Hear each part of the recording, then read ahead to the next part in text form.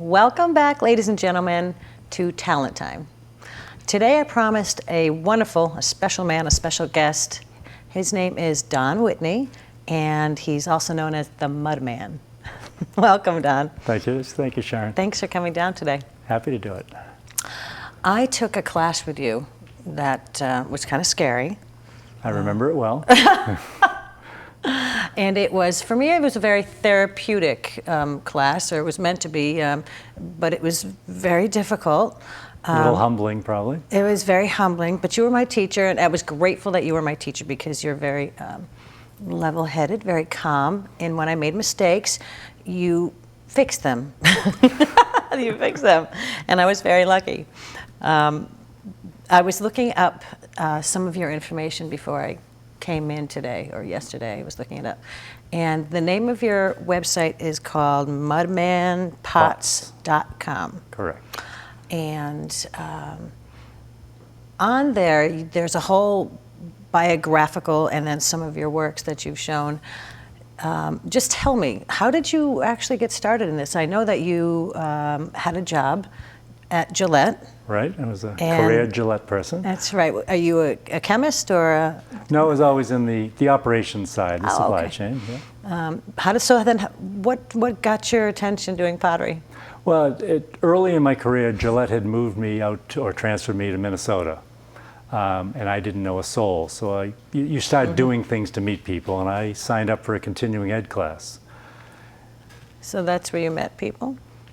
Didn't actually meet that many, but I ended up finding a passion ultimately. So it's not a singles bar, but it's a great way to say hello to people. I love it. Were you married? Not at the time. I moved out single and really didn't know anybody. You really didn't know anybody? Yeah. Well, so it's a good way to get to know people. And I signed up for a stained glass class. How'd that was go? Full. So they said, oh, there's pottery the same night. Now, I had never seen a potter's wheel. But I said, well, I'm game. Was that the one where they had to do the wheel? It was the treadle wheel. Oh, yeah. You couldn't have got me in that class. That was tough. But I didn't know any better because I had never seen it, and I just began. Right. Well, I'll tell you, it's amazing some of the works that I personally have seen you do. I know that I think I made 7, and I'm sure that you still talk about them because... Oh, we have Sharon stories in class. There's no doubt about that. I know there was one that was a particular favorite of mine, and it was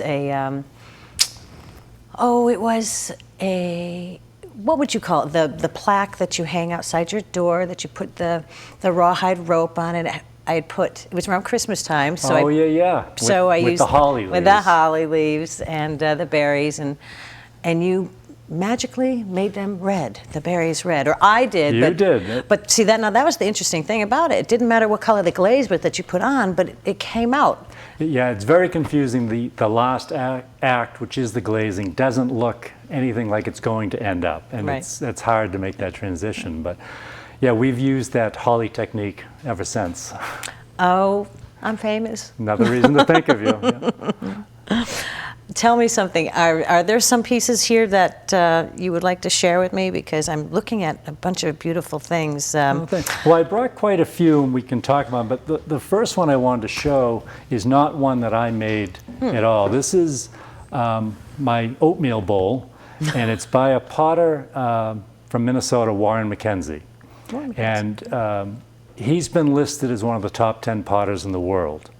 And it's not because he's technically so brilliant, although he's a good potter, but he taught at University of Minnesota for almost 50 years, and his philosophy of a pot's is not complete until it's been used is what he really instilled in all these potters. So, which is why, of course, you use it for your oatmeal. And that it's chipped and cracked, and that's what it's supposed to be, because a pot shouldn't really just sit on a shelf. It should be used. Kind of personality to it. Yeah. I got it. Well, I'm using my bean pot right now to hold business cards.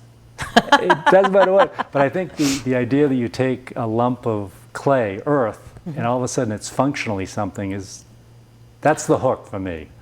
That is the hook that got me. I got you. When you take it, throw it on the wheel, if I remember, a little bit of water, starts to spin, and then you stick your thumb in the middle of it. Do I have that right? Okay, I don't remember. But Your fingers. Your hands stay in one place. You let the wheel do the work, and you begin the making. Yeah. That's sort of giving yourself over to the wheel. Well, it's your total focus ends up on that clay, and that's part of the attraction too. That time disappears in the act of making. I can see how that could be the case. Do you consider yourself a potter? At this point, I do. I have the luxury that I was able to retire, so now I could pursue a passion I had had for many years. And between the making and teaching classes, that's really the... Well, I know that there's more than one kind, and there's one that I was reading about called raku. Raku. Raku. Can you show me? Do you have any raku? I have a couple of pieces. And raku is an ancient Japanese style of pottery.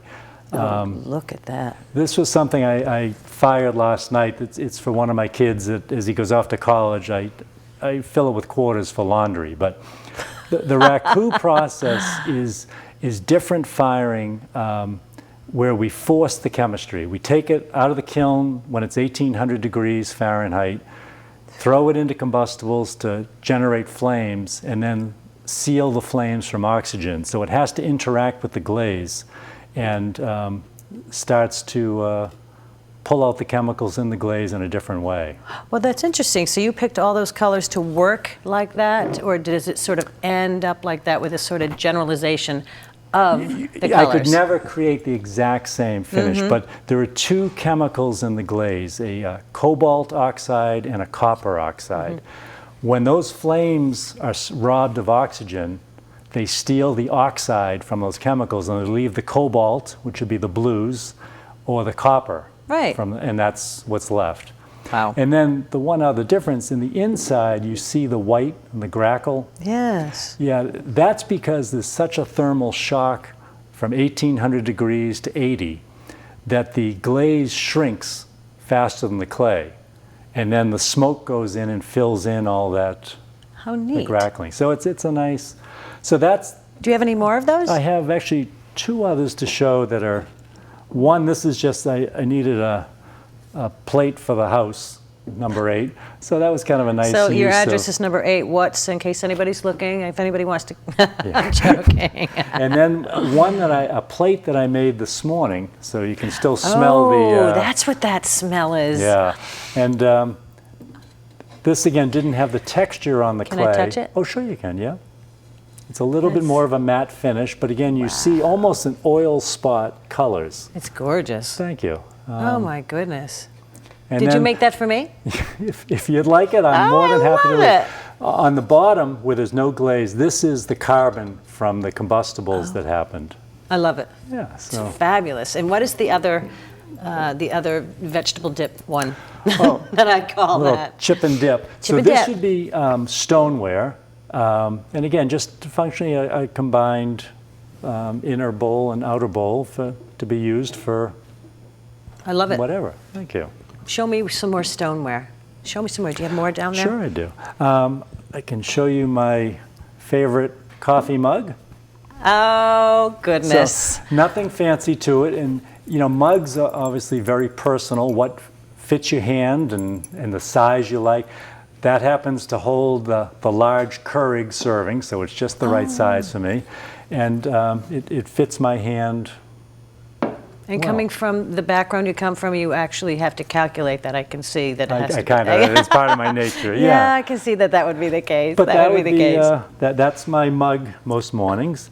And Did you show me some earthware? Because I know that there's something yeah, called let me just, earthware. if you don't mind, I'll show you no, one no, more no, stoneware, just because this is a glaze I'm kind of learning with and I'm happy with, because it's starting to pull out some different colors. I did a blue and a white, but this green is gorgeous. Yeah, it's That's gorgeous. thank you. Yeah, the glaze there has some iron oxide in it, and that tends to add some real depth to some of those glazes. Yeah, so that's another one. Where do you I brought. teach, by the way? I teach at right now 3 different places: the Plymouth Center for the Arts, where we met, Duxbury Art Association, and then Hingham Continuing Ed at the high school. Oh, so is this you said it's a sort of a part-time, whenever you feel like kind of... On my terms, I'll say, but once you commit, of course, you got to show up. So I'm 4 nights a week right now, which I enjoy it, so it's not work, but it's quite a bit. I mean, I'm probably 20 hours a week of teaching. Do you still go for education for it? Are you going to take classes from, say, someone else? Or have you learned it all? Oh, I don't think. No, there are a lot of workshops available, and I'll occasionally go to ones. I went to one for a week 2 summers ago, which I'd never gone that long, called Size Matters. And it was all about oversized pieces and learning proportions and function. And I really enjoyed just from 7 a.m. to 8 p.m. every day, just throwing and with other potters and talking, and really fun. And again, another great way to meet beautiful, wonderful people who can do more. That's amazing. Anytime you're with people that's sharing your passion, it's fun. That's right. What do we talk about passion? Passion is part natural ability, part, how does it work? Part teaching, part, I don't know. I'm trying to think. As a musician, I can do nothing but be a musician. I don't think about it. I am a musician. But it's something that's, I don't know, I share with people. This is like a natural thing for you, it seems. Oh, definitely not a natural. I don't think I could draw a horse that anybody could tell it's a horse. So there's no artistic talent. I view pottery as a craft. So it's a learned skill. But the more you do it, you start to learn what traditionally works on a shape or doesn't. And but it's a craft. So it's a bit humbling at first that you've got to just keep doing it. And there's a famous saying that you don't sell a pot till you've made 1,000. Because it takes that long to truly know what makes good craftsmanship. Well, I just want you to know, when I finished my class, everybody wanted the piece, so much so that, not that I was going to sell them, but I was supposed to go back and take another one because there were way too many people. There's always room for you. No, but I guess people do appreciate that it came from your hands. That's exactly right. Yeah. So personable. Yeah. But you have to have such patience, I find. How many times I start to do it, it collapsed. Don, if you remember, I called you Doc. I called you Doc or God. Yeah. God, can you come over and fix this? No, and I only teach adults, and it's mainly because adults, their expectations are very low that they're going to be able to do anything. But so then it's easy to meet that expectation and surpass it. But it's also interesting because, again, adults aren't used to failing. We think that's all behind us because we're not doing new things. Right. When the first time someone sits at a potter's wheel, no one's a natural. No. Yeah. I think it's difficult. In fact, you know what? I probably would have lost my nerve had you not been. You were such a great teacher. I'm being very straight with you. And you know what? I'm happy to tell people where to find you, but not right now. So you said you got started in Wisconsin? No, Minnesota. Why did I was thinking Wisconsin. A lot of people, for some reason out here, seem to blend the two. But yeah, St. Paul, Minnesota, and I was there for 10 years. Do you still talk to anybody from your classes? Is it kind of like musicians? Oh, we always go back and forth. We run into each other at bizarre places. Are potters like that? Is it kind of like a potter's club? Yeah, there is. It's quite a network. And the teacher I learned under there, a guy named Michael Gabriel, very, very talented artist as well as potter. He visited, I'll say 2 years ago, the house, and I had a couple of his pots still we used. And of course, he was very interested to see mine. And it was interesting. He talked about how he could see the style of foots or feet. You know. Do you have something that should... Well, I'm just going back, but the foot is generally the bottom part. Right. And where he saw his foot in my pots, and he saw his teacher's foot in my pot. So you sort of pass down a lineage of style. Well, I do remember the thing that I used to pull under. Oh, the wire? The wire. Yeah, right. The thing. Sure. The thing. So do you have a home studio? Is that where you do a lot of work? Do you bring people to your home? Not to teach, I don't. I do have a very nice studio, and we redid the garage, and I got a nice big space for me. And that's where I do all my throwing. What I learned, though, after a couple of years of this nice space was it is isolating. So that's why I started teaching more. Oh, you need to be with people. Yeah, at some point I need to. I don't need to be with people all the time, but I do need.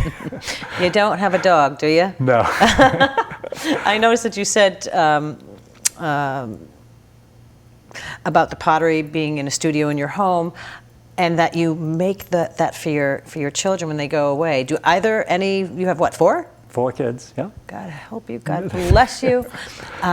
Do any of them have any talent or artistic talent? Or are they all? They all have a talent for critiquing pottery.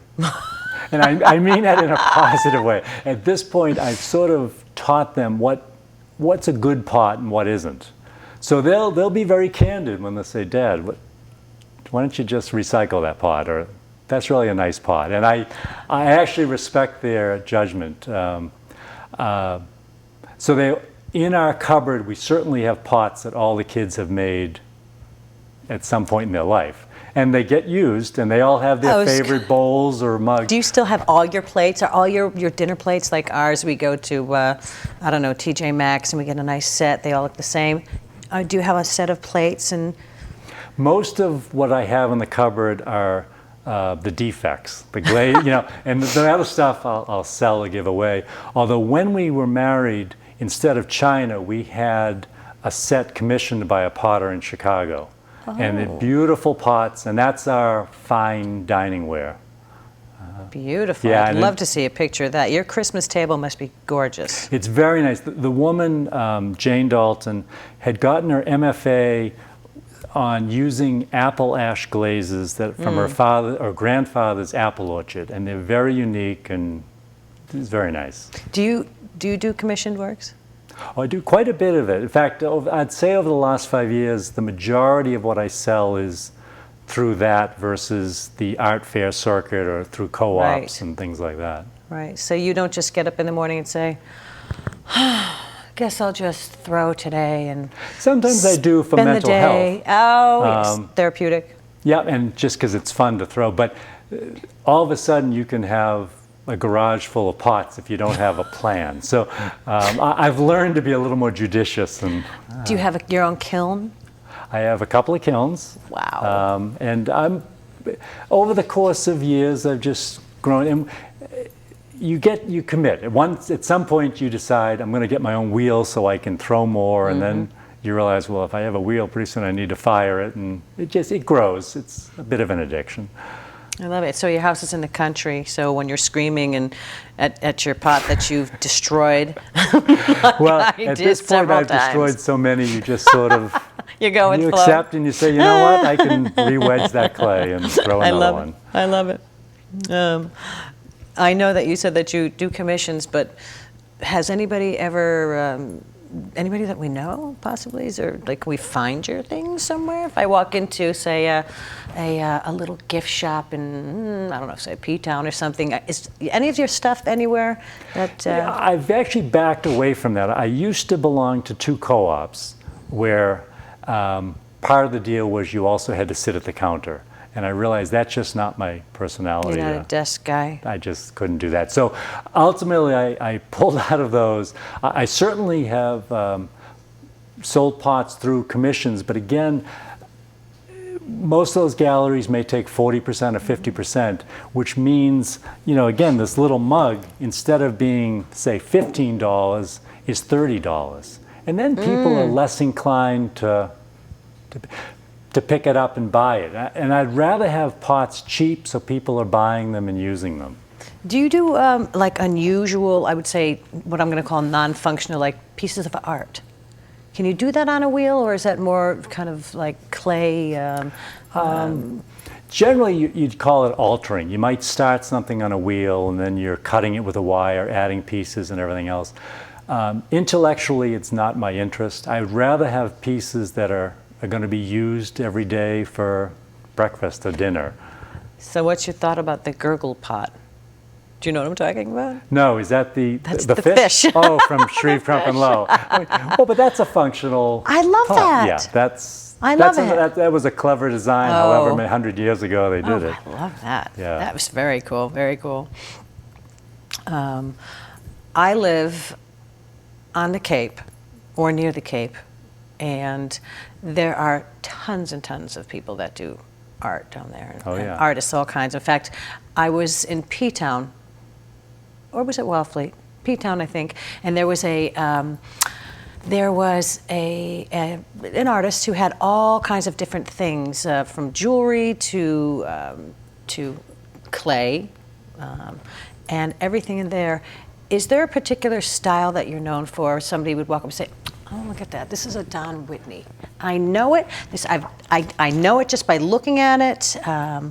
That this is him." Or are you still in the process of becoming? Finding my voice? Yes. Yeah. Very well said. No, I would say, while I probably can't put into words, either I'll walk in a room or my wife can and say, "That's one of your pots." You know, if we visit friends from 20 years ago, it is funny that you do have a style.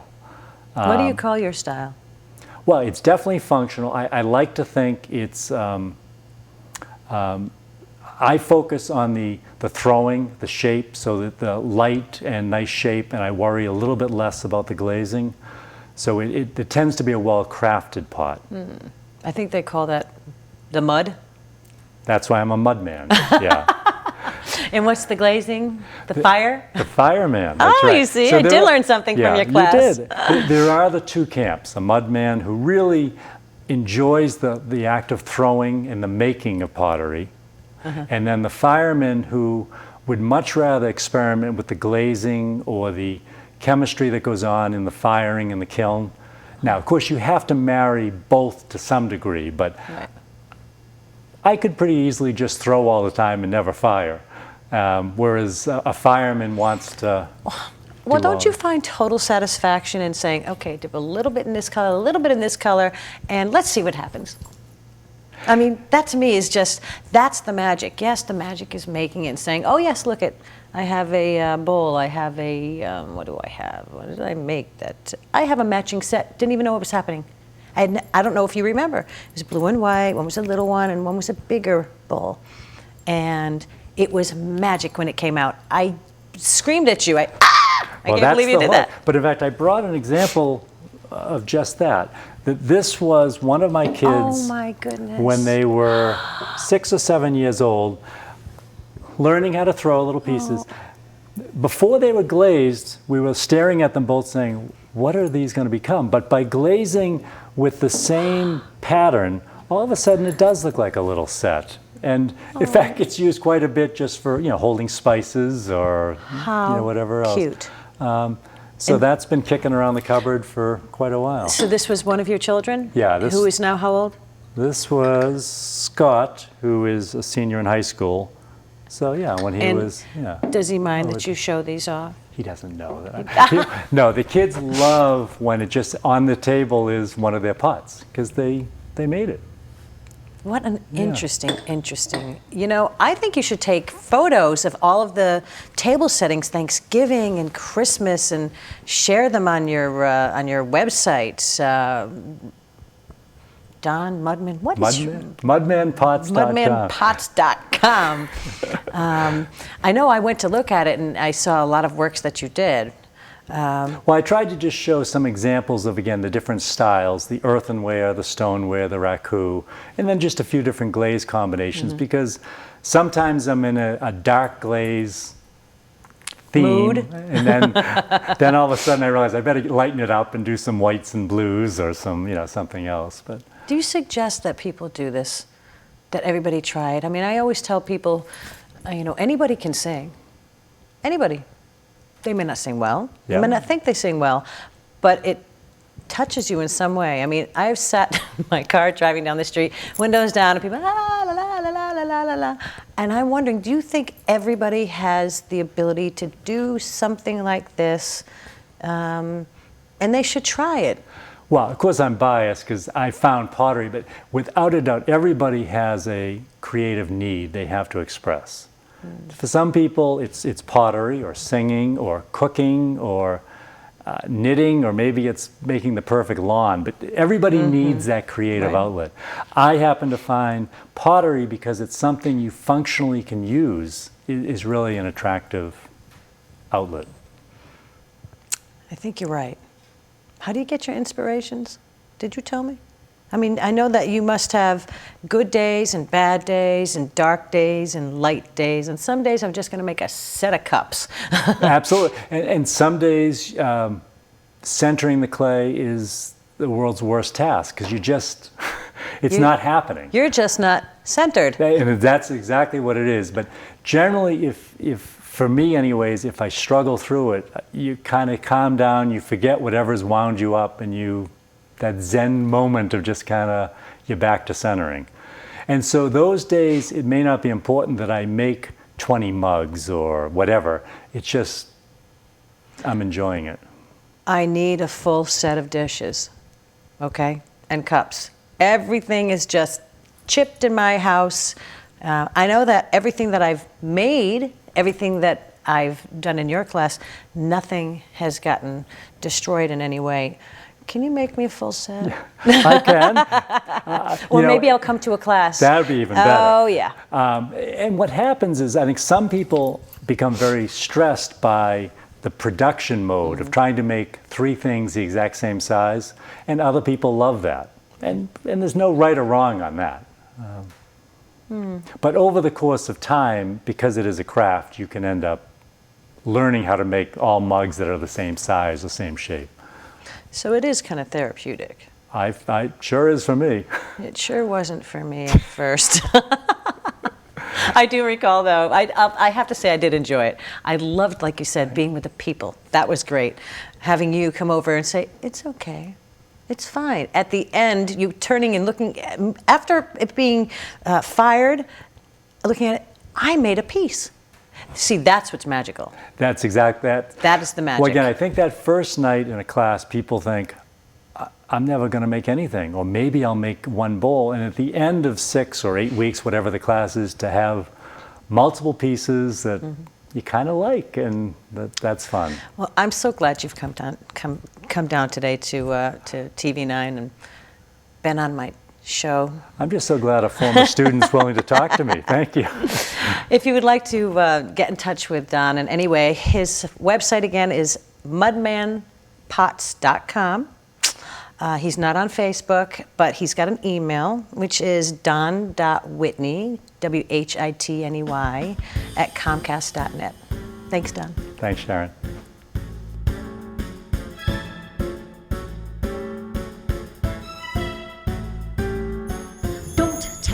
To live, just sit and putter. Life's candy and the sun's a ball of butter. Don't bring around a cloud to rain on my parade. Don't tell me not to fly.